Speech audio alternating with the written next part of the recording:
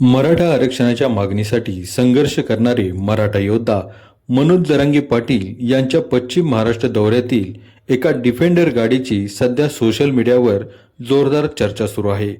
पश्चिम महाराष्ट्र दौऱ्यासाठी ही गाडी सुरेश भोसले या मराठ्याने मनोज जरांगे पाटील यांना उपलब्ध करून दिल्याची माहिती आहे.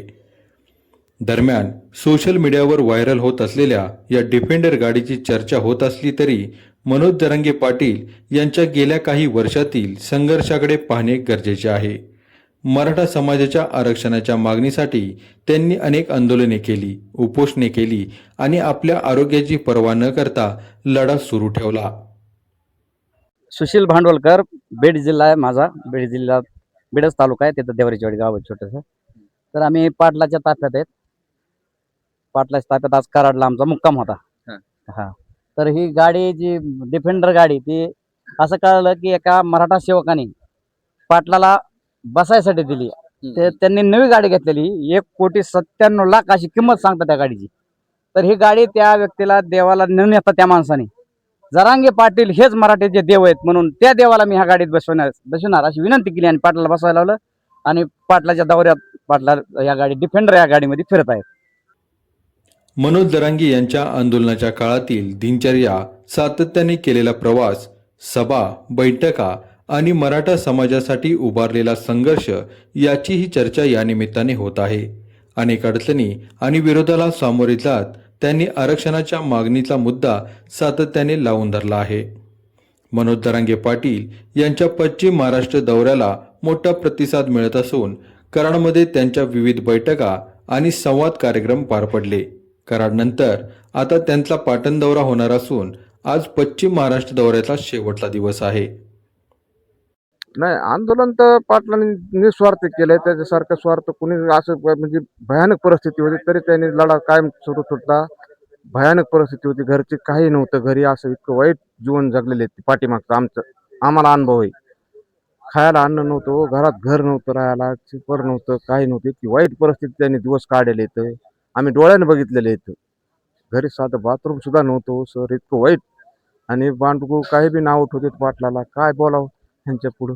हा, अरे कुठं बोलावं, काय बोलावं, तुझी परिस्थिती. आम्ही शेजारी आहेत ना. हा, आम्हाला जेवढं माहिती आहे तेवढं तुम्हाला नसेल माहिती. आम्ही 30-35-40 वर्ष काय काय या आंदोलनात ते सहभागी झाल्यानंतर त्यांना काय काय सहन करावं लागलं आतापर्यंत? नाही, आज ते लोक भलते सोडे सरकारने सोडे आणि संघटनेचे लोक त्यांच्या अंगावर येते, किती काय बोलते ते खालच्या थराला जाऊन. पण पाटील भेट नाही कोणाला, अजिबात लपकत नाही, निस्वार्थ आहे ना, काहीच नाही ना. डागच नाही गाड्याला तर काय भ्यायचं समजते कोणाला. हा, ज्याला डाग असतो ते मान खाली जाऊ घालून जगत होतो. हा, पश्चिम महाराष्ट्रातील दौऱ्यात कराडसह विविध ठिकाणी त्यांनी मराठी समाजाशी संवाद साधला. आरक्षणाचा प्रश्न मार्गी लागेपर्यंत संघर्ष थांबणार नसल्याची भूमिका त्यांनी सातत्याने मांडली आहे. मराठा आरक्षणाच्या मागणीवर आपली भूमिका आणि पुढील आंदोलनाची दिशाबाबत मनोज जरांगे पाटील काय म्हणतात हे पाहणे महत्त्वाचे ठरणार आहे. पण माझ्या समाजातल्या नेत्यांनी शुद्ध वागावं, खऱ्याला खरं म्हणावं आणि खोट्याला खोटं म्हणावं, एवढीच मराठा समाजाला आशा आहे. आणि ती अपेक्षा आम्ही का धरू? तत्वनिष्ठ जे म्हणलं जातं, समाजाची प्रतिमा जर कुणी मलिन करणार असला तर आपल्या जातीचे तत्व आपण क्षत्रिय मराठ्यांनी सोडले नाही पाहिजे, ही माझं मत आहे. तुमच्या डोळ्यात देखता जर तुमच्या समाजावरती अन्याय करून समोरची लॉबी एक टोळीच्या रूपात तयार झाली आणि समाजाच्या लेकरांवरती अन्याय करत असेल तर तुम्हाला काय मराठ्यांच्या नेत्याला मर्दानी वाटती गप बसण्यात? हे समाजाला न उलगडणारं कोड आहे. असे काय दगडाखाली हात गुंतले सगळ्या पक्षातल्या मराठ्यांच्या आमदार, खासदार, मंत्र्यांचे, की ते स्वतःच्या रक्ताच्या जातीच्या लेकराकडून ब्रश शब्दही काढू शकत नाहीये. हे खूप मोठं कोडं राज्यासमोर उभं आहे.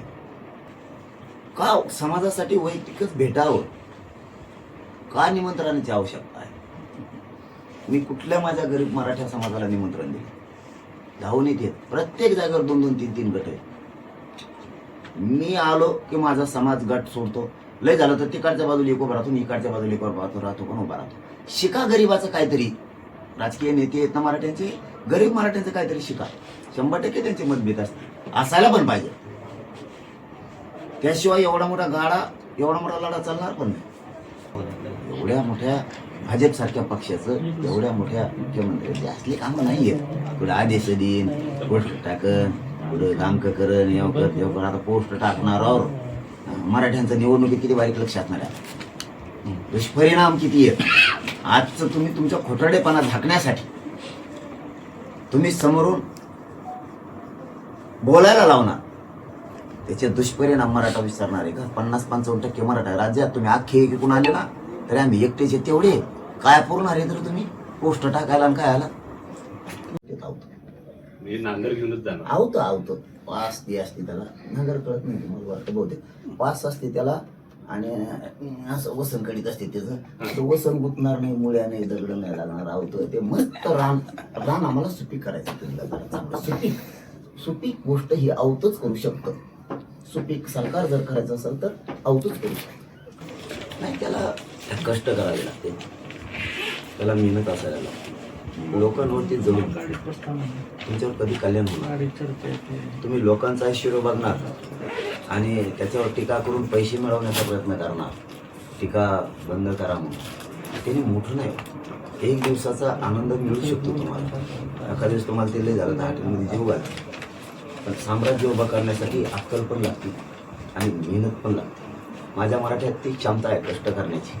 तुमच्यात ते धाडस आहे सगळं. कष्ट करतायत, कमवतायत, सुखी राहतायत. तुम्ही जळालेले ते कमी होणार नाही. ते जास्त उलट कसं बसलं जास्त परत जास्त पीठ मुटतात मराठी ना. मराठ्यांच्या आमदार खासदार मंत्र्यांना सपरा किती मोठी. खूप अपमान आहे एक प्रकारचा मराठ्यांच्या नेत्याचा की ज्या मंत्री सरकारमध्ये सहभागी आहेत त्या मंत्र्यांकडून मराठा समाजाला असं हिणवलं जातं, द्वेष पसरवला जातो. हे मराठ्यांचे नेते बघायला लागले आणि त्यांनी बघितलंच पाहिजे, नुसतं बघितलं पाहिजे. कारण त्यांच्यात रक्त मराठ्यांचं जर असेल तर उसळ, नसेल तर त्यांनी फक्त बघावं बस. मी वेळ येऊन देत असतो. कोणी काही म्हणलं म्हणजे मी काम नाही करत. मी जे शब्द वापरतो ते कडीला देतो. मग तो पुढचा कोणी पण असो, कोणी पण त्याला मग टेकवितो म्हणजे टेकवितो.